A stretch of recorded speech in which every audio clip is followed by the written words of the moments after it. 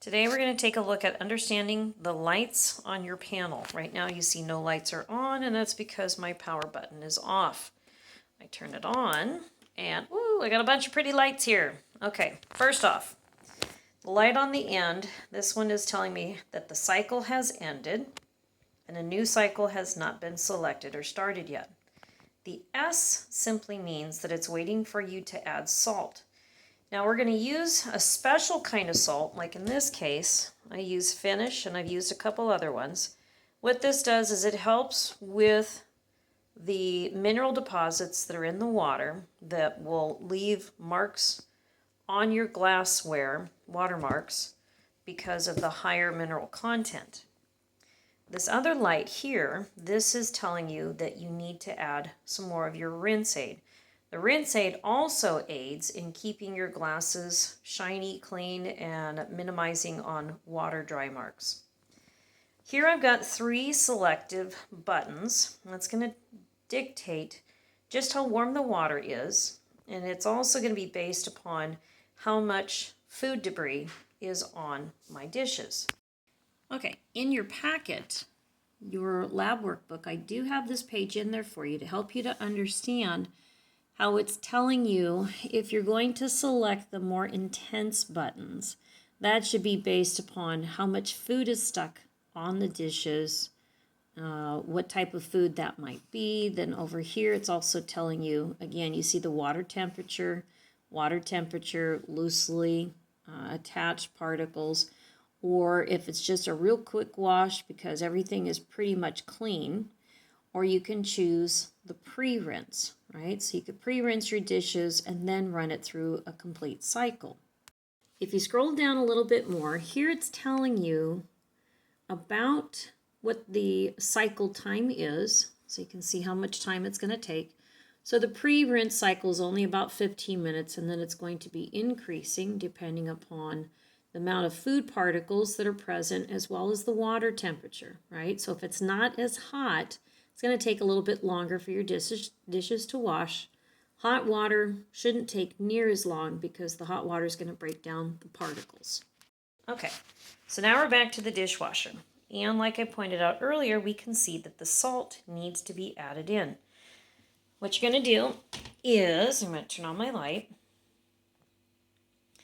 Easiest way is to take this whole tray out of the dishwasher, and then it frees it up so that you can get in here a little bit more easily.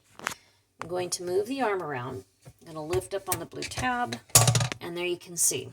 A little bit of water is going to come out, but don't panic. It's totally fine.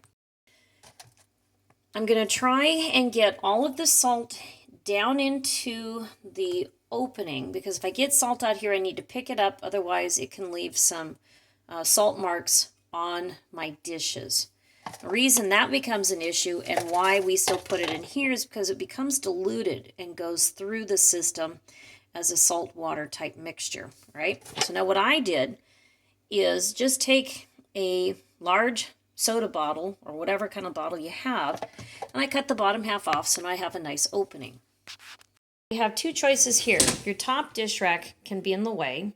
If it's not in the way, then you're fine to go ahead and leave it in and pour your salt in.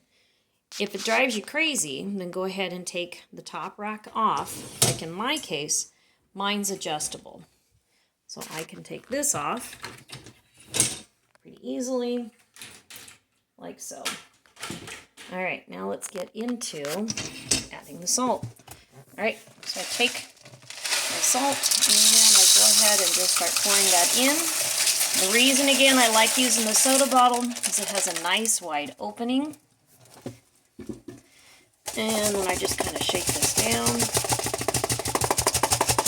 I'm going to pause it for now. Another trick I have is you can just kind of swirl your finger down inside there. Get as much of the salt in there as you can. Then you need to make sure and close the flap and latch it down. So make sure it has to be latched, okay? Now I look and see, I don't have any salt there. Let's look for other debris. Next thing I can do is I'm going to check this, okay? See that these are lining up. That's what you're going to want to line up once we're done. We give it a twist. I pull up and I look at it. It's pretty clean. Really nothing down there. Let's look down here. Let's see. Maybe a little bit. Yeah, it wouldn't hurt. So let's pause it. We're going to take this out. I'm going to rinse it off and put it back in. Okay, so I just ran that under the faucet, rinsing it off carefully. You're real gentle with it. Now I'm going to place it back in so it rests right inside that little ring spot. Then I'm going to take the cover, and that goes back in. Notice I have my triangle here. I've got to get this lined up. Give it a twist. Oh, hang on. There we go. Give it a twist to the right. So twist from that direction, and now it's all lined in, okay? Nothing is moving. There's no moving parts. Okay, I put the bottom tray back in. Now I'm going to put the top rack back in, and I've got one of two choices. I can either adjust it so I have more space from here to the bottom, or I can adjust it so that I have a lower space because I have some larger glasses or larger stemware I'm going to put on the top.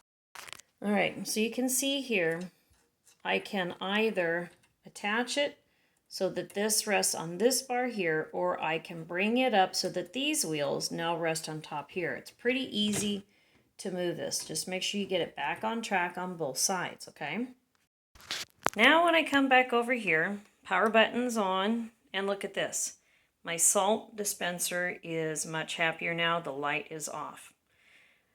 Okay, so if I was to be loading some dishes, I would push any of these three, depending upon, again, how much material is on the dishes, how dirty they are. For the most part, I'm using this one because I've pretty well cleaned them. Notice that the light went off. So now this is saying it's ready to start a cycle.